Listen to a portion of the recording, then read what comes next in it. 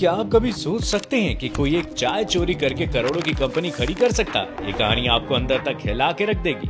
तो चलिए जानते हैं कठोर संघर्ष की अनोखी दास्तान। ये कहानी है Hyundai ऑटोमोबाइल के मालिक की। Hyundai साउथ कोरिया की एक कंपनी है, लेकिन आज की तारीख में ये कंपनी दुनिया के 193 देशों में कारोबार करती है। दुनिया की सबसे बड़ी कार फैक्ट्री भी इसी ब्रांड की है, जो साउथ कोरिया में ही है।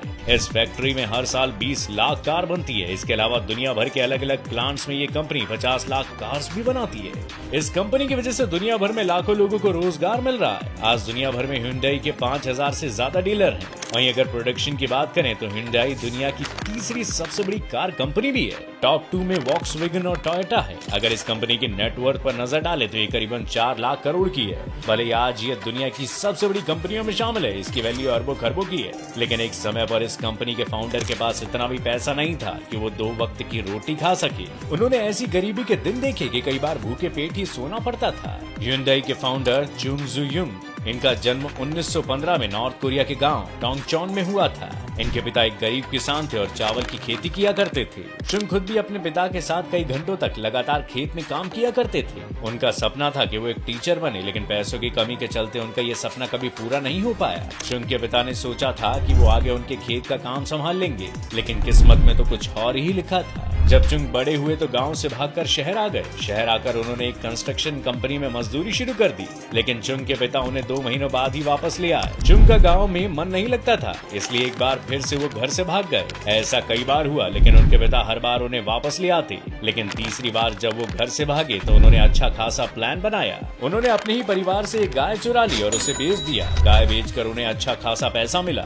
उन्होंने तुरंत ही साउथ कोरिया के सियोल जाने वाली ट्रेन का टिकट ले लिया। उस ट्रेन में चढ़कर वो एक बार फिर से भाग गए, लेकिन इस बार भी उनके पिता को पता चल गया कि वो कहाँ भाग कर गए हैं। लेकिन chung बहुत जिद्दी थी, वो फिर से साउथ कोरिया भाग गए। 1934 के समय में साउथ और नॉर्थ कोरिया के बीच के रिश्ते काफी अच्छे हुआ करते थे। साउथ कोरिया में उन्होंने चावल की डिलीवरी करने का काम किया। नौकरी के 6 महीने बाद उन्हें अकाउंटेंट की पोस्ट पर नौकरी भी मिल गई, यानी कम समय में उन्हें प्रमोशन मिल गया। समय बीता और वो चावल की दुकान के मालिक बन गए। हुआ कुछ ऐसा कि एक दिन दुकान मालिक की मौत हो गई और विरासत में ये दुकान उन्हें मिल गई। chung अब खुद के बिजनेस के मालिक बन चुके थे। उन्होंने दुकान का नाम बदलकर क्यूनगिल राय स्टोर रख दिया। उन्हें इस शॉप से अच्छा खासा मुनाफा भी हुआ, लेकिन किस्मत ने एक बार फिर उन्हें झटका दिया और जापान के कब्जे के दौरान उनका अच्छा खासा बिजनेस ठप हो गया। उसके बाद chung ने थोड़ा दिमाग लगाया और एक ऑटो सर्विस गैराज खोला, जहां उन्होंने 2 लोगों को काम पर रखा। उनका काम ठीक चल गया और 3 साल में उनके पास 70 कर्मचारी हो गए। लेकिन जापान सरकार ने एक बार फिर उनके बिजनेस को बंद कर दिया।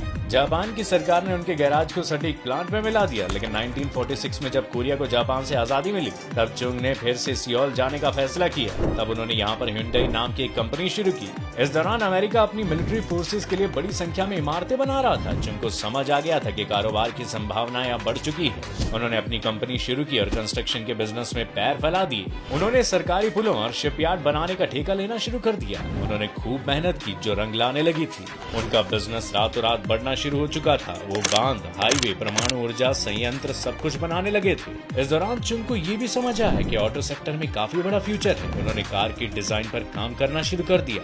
वो मिडिल क्लास के लिए कार बनाना चाहते थे और उन्होंने ऐसा किया भी। उन्होंने 1967 में Hyundai मोटर कंपनी की स्थापना की और 1968 में फोर्ड के साथ एक डील हुई। ये पार्टनरशिप 2 साल तक चली और बाद में इस कंपनी ने जापान की मित्सुबिशी मोटर्स के साथ पार्टनरशिप में कार कंपनी शुरू की और Hyundai दुनिया की तीसरी सबसे बड़ी कार कंपनी है।